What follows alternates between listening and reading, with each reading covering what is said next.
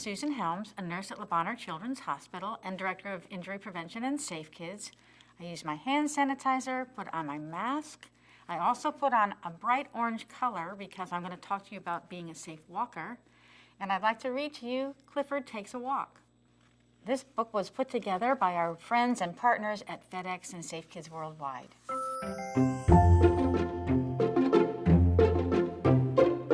I'm Emily Elizabeth. This is my dog, Clifford, and these are some of my classmates. We're waiting for it to be safe to cross the streets so we can start our school day. Our teacher, Miss Tate, has a treat for us today. This is Miss Patel from Safe Kids, Miss Tate says. She knows everything about road safety. We're going on a field trip with a surprise ending. On our way, Miss Patel is going to help us practice the rules of being a safe walker. Everyone is excited, especially Clifford. Miss Patel goes over safe walking tips with us before we leave. How to be a safe walker. Number 1, when crossing the street, it's always a must to walk along with an adult that you trust. Number 2, look left, left, and meet the driver's eye to make sure you're noticed before you cross by.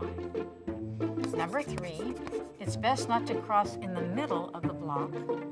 Go to the corner and use the crosswalk. Number 4, it's up to you to make the right call. Don't dart in the street to chase that ball. And number 5, wherever you walk, it's important that you look for cars that are turning and backing up too. Look how Clifford is paying such good attention to those rules. Miss Tate tells us to find a walking partner. I choose Clifford. Then she tells us we have to make a few stops on the way to help with our surprise. I can't wait to find out what it is. What's the number 1 rule of being a safe walker? Miss Patel asked before we leave. We all know this one. When crossing the street, it's always a must to walk along with an adult that you trust. We are walking on the sidewalk when Clifford sees his best friend Buster across the street. He is so happy that he runs into the road to say hi. Clifford, I call out. It's not safe to run out into the road. That's right, Miss Patel says as Clifford comes back. Does anyone remember the next rule? I do. Look left, left, and meet the driver's eye to make sure you're noticed before you cross by. Miss Patel says I did a great job. Our first stop is the grocery store. The clerk hands Miss Tate a bag. I wonder what's in the bag. Is everyone ready to go? Miss Patel asks. Yes, we say. Clifford is so excited he keeps wagging his tail back and forth. But when we come to the street corner, we all stop, even Clifford. Who remembers what rule we're following? Miss Patel asks. My friend Sam raises his hand. It's best not to cross in the middle of the block. Go to the corner and use the crosswalk. This is our next stop, Miss Patel announces as we come to the sports store down the block. I wonder what she needs to get here, I whisper to Clifford. He sniffs the ground for clues. The store clerk hands Miss Tate 2 shopping bags. She gives 1 bag to Nate and 1 bag to Rose to carry. Don't look inside the bag, Miss Tate says. You don't want to ruin your surprise. Just then, Nate accidentally drops his bag. A yellow rubber ball rolls out and into the street. Clifford wants to play with the ball, so he runs after it. Clifford, no, I cry. Remember the rule? It's up to you to make the right call. Don't dart into the street to chase that ball.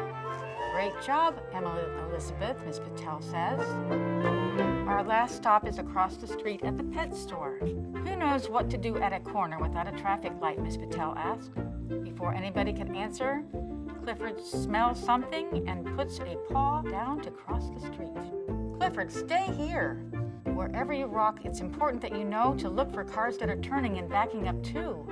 That's right, Miss Patel says, after Clifford's back on the sidewalk. At the pet store, the clerk hands Miss Tate 1 last bag. Are we going to find out what the surprise is now, I ask. Very soon, she says. After a few minutes, we reach another corner. There is a lot of traffic, but no traffic lights. We wait and wait for the cars to stop. Miss Patel, when will those cars stop so that we can cross the street? To our surprise, Gabriel asked. Suddenly, Clifford notices something in the grass and starts sniffing. Of course, says Miss Tate, this is supposed to be a stop sign here. It must have fallen over. Stop signs are big and red, says Miss Patel. They act like a red light. Drivers know that they have to stop when they see one. But without the stop sign, how will the cars know to stop? Just then, Clifford picks up the stop sign with his mouth and walks to the corner. Great idea, Clifford, Miss Patel says. Now that big red Clifford is holding the big red stop sign, the drivers will know exactly what to do.